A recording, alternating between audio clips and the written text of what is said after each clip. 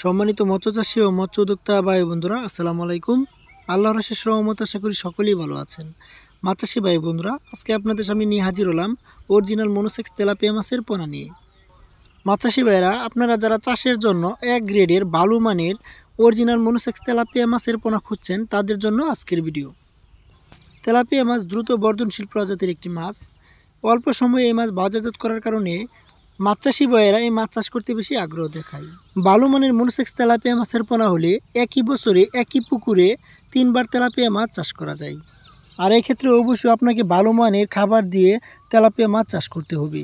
Tilapia মাছের চাষের জন্য অবশ্যই 30%-এর উপরে যে প্রোটিন থাকে ওই খাবারটা দিয়ে তেলাপিয়া মাছ চাষ করা উত্তম।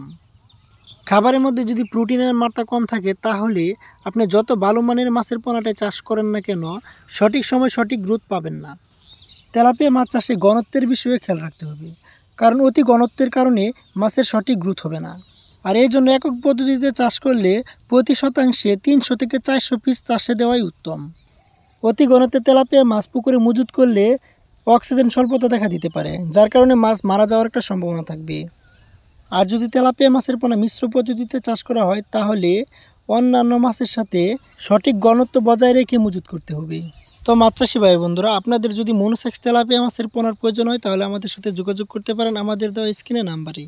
আমাদের ঠিকানা হচ্ছে ত্রিশাল, ময়মনসিংহ। এছাড়া আমাদের এখান থেকে অন্যান্য মাছের সকল রেণু পোনা সুলভ মূল্যে বিক্রি করা হয়।